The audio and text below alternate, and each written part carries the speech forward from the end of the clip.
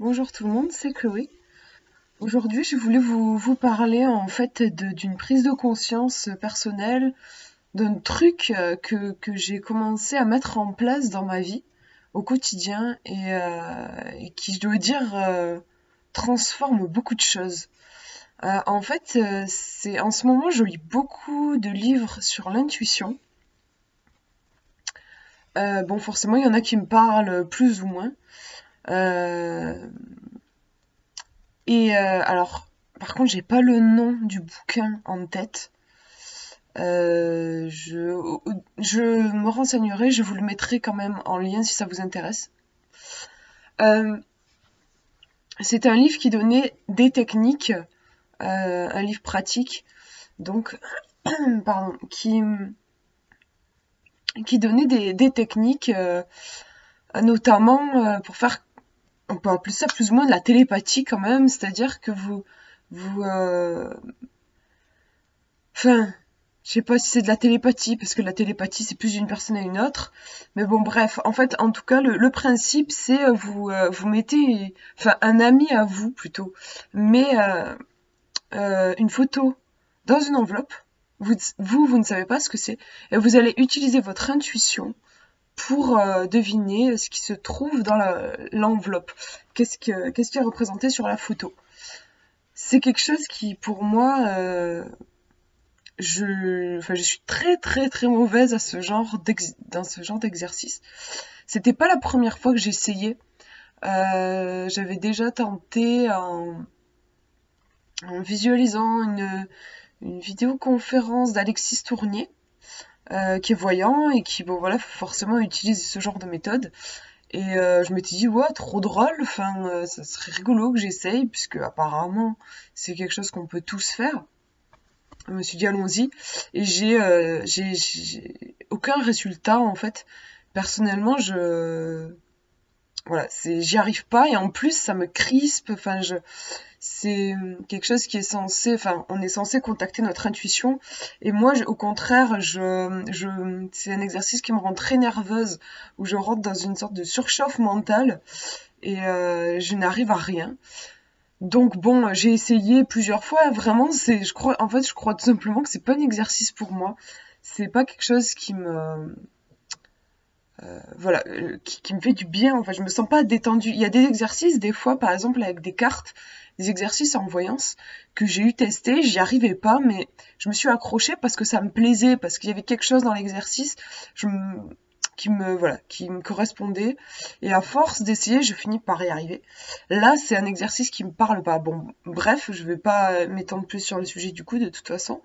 Mais il faut savoir que le bouquin que je vais vous mettre dans le lien, dans la description de la vidéo, c'est un livre qui travaille beaucoup sur ça. Vous avez beaucoup d'exercices où en fait vous allez devoir deviner entre guillemets, trouver vous jouez comme aux devinettes en fait. Un plat, je sais qu'à un moment vous devez deviner un plat par exemple. Voilà, des exercices donc corriger tout ça. Donc moi c'est pas là que j'ai trouvé ce qui m'intéresse vraiment. Ce qui m'a plu, c'est un détail dans ce livre, c'est marrant. C'est qu'en fait il disait pour entraîner votre intuition, entraînez-vous à décrire tout ce que vous voyez au quotidien. Parce que enfin, voilà, ça va vous aider à rentrer en contact avec votre intuition. Puisqu'ensuite, vous aviez les exercices de euh, intuition à l'aveugle, donc vous avez un truc dans une enveloppe, et du coup, vous allez devoir décrire sensiblement ce que vous ressentez. Donc, par exemple, voilà, c'est carré, ou c'est sinueux, c'est vaste, ou il y a quelque chose d'étouffant, enfin voilà. En décrivant petit à petit, normalement, on est censé arriver à quelque chose de proche de ce qu'il y a dans l'enveloppe. Donc, en exercice, il vous disait, entraînez-vous, décrivez tout ce que vous voyez. Genre, vous vous promenez, décrivez, je sais pas, l'arbre à côté de vous, il est costaud, voilà, il est imposant, je sais pas, il est particulièrement feuillu, enfin voilà, bref, vous décrivez tout. Et il disait par contre de faire attention de ne pas répondre, en fait, quand vous décrivez, de ne pas répondre à la question qu'est-ce que c'est? Donc par exemple là c'est un arbre, c'est sûr que vous n'allez pas aller très loin. Enfin, vous pouvez faire une description, mais ça va donner. C'est un arbre qui a beaucoup de branches très fines. Enfin, voilà, ça va donner une description comme ça, un tronc robuste. Voilà, en gros une description si vous répondez à qu'est-ce que c'est. Et ce qu'il vous conseille, c'est de poser la question c'est comment. Et là, on rentre dans quelque chose de beaucoup plus sensoriel. Et là, j'adore. Là, je trouve qu'il y a vraiment quelque chose d'intéressant. Par exemple, le même arbre, comme je vous disais, si on décrit dans le sens commun, en fait, qu'est-ce que c'est? Donc, c'est un arbre qui est très très grand, qui a un tronc qui est assez costaud, rugueux, voilà. Il y a beaucoup de branches. Si jamais je réponds à la question c'est comment? Enfin, c'est cet arbre. C'est imposant, c'est intimidant, c'est oppressant peut-être. Je me sens toute petite à côté. Ou alors à l'inverse, ça peut être rassurant.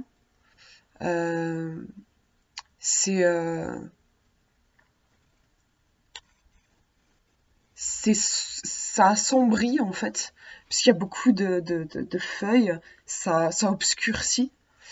En fait, vous allez utiliser majoritairement des adjectifs.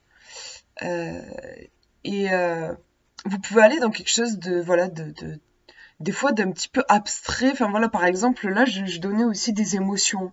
C'est oppressant, c'est rassurant. Voilà. Et en fait,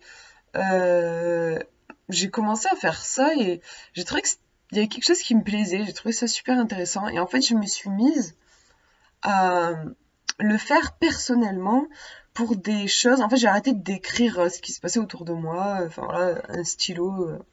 J'ai arrêté de faire ces descriptions-là. Très vite, je me suis mise à décrire ce qui se passait à l'intérieur de moi. Et toujours en me demandant c'est comment.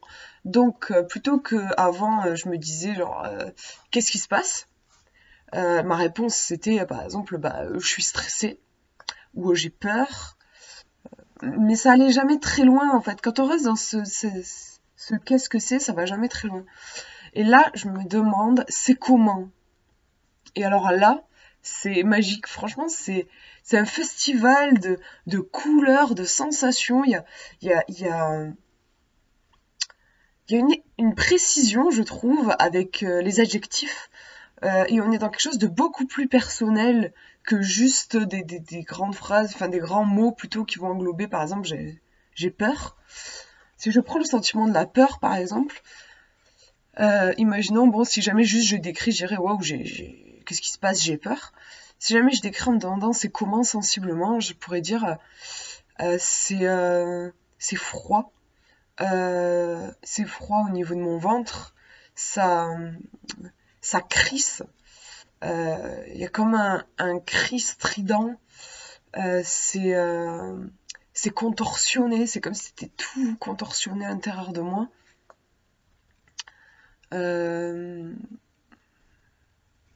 Ça se contorsionne et en même temps il y a peu de souplesse donc ça craque. Enfin voilà, en fait il n'y a pas besoin non plus enfin des fois ça peut durer un moment, des fois il n'y a pas besoin d'une description très très longue, mais on est dans quelque chose de très fort je trouve. Et en fait moi j'adore, enfin depuis que j'ai trouvé ça, à chaque fois je me pose cette fameuse question, donc régulièrement, plusieurs fois par jour, je me demande, je fais une pause en fait, et je me scanne en fait, entre guillemets, intérieurement, et je me dis là c'est comment, et je dis ce qui vient. Et je le fais aussi quand je suis dans des situations, je suis avec des gens notamment, je le fais souvent ça, quand je suis dans un groupe, où je vais capter beaucoup de choses, et souvent je vais pas me sentir forcément très bien, je vais me demander c'est comment. Et en fonction aussi, j'ajuste, c'est-à-dire que si jamais, je sais pas, en faisant mon petit bilan intérieur, je vois que c'est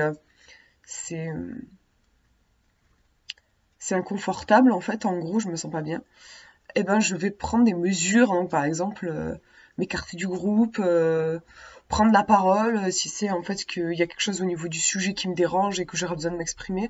En fait, ça me permet de mieux être à l'écoute de ce qui se passe dans mon corps et de pouvoir ensuite en prendre soin. Donc c'est hyper précieux pour moi en effet, je trouve que c'est quelque chose qui développe vraiment l'intuition, puisque en étant plus attentive à ce qui se passe à l'intérieur de moi, quelque part, je suis aussi attentive à ce qui se passe à l'extérieur, puisque ce qui se passe en moi est en général dû à ce qui se passe autour de moi. En prenant en compte, je peux le traiter et également aider des gens qui sont à côté de moi, en fait. Donc, je me disais que c'était un super outil et je pense que je vais l'utiliser dans mes vidéos pour, en tout cas quand je fais le truc de le défi intuition là de Lilou, quand je fais des vidéos voilà pour décrire un petit peu mon parcours, je me disais pourquoi pas consacrer à un moment dans la vidéo d'écrire ce qui se passe à l'intérieur de moi en me posant cette fameuse question c'est comment et en le partageant avec vous. Je pense que ça me ferait du bien et c'est un outil que j'utilise depuis peu de temps et qui est pas encore comment dire c'est pas encore simple pour moi, j'ai encore du mal, mais je vois que ça s'affine. Plus j'utilise, plus mes ressentis s'affinent, donc je vais continuer. Et, et donc, là, pourquoi pas l'intégrer à des vidéos, en tout cas celle que je fais sur le défi intuition, je pense que ce serait bien. Bon, ben voilà, du coup, ce que je voulais vous partager avec vous aujourd'hui. Je vous fais de gros bisous et je vous dis à une prochaine.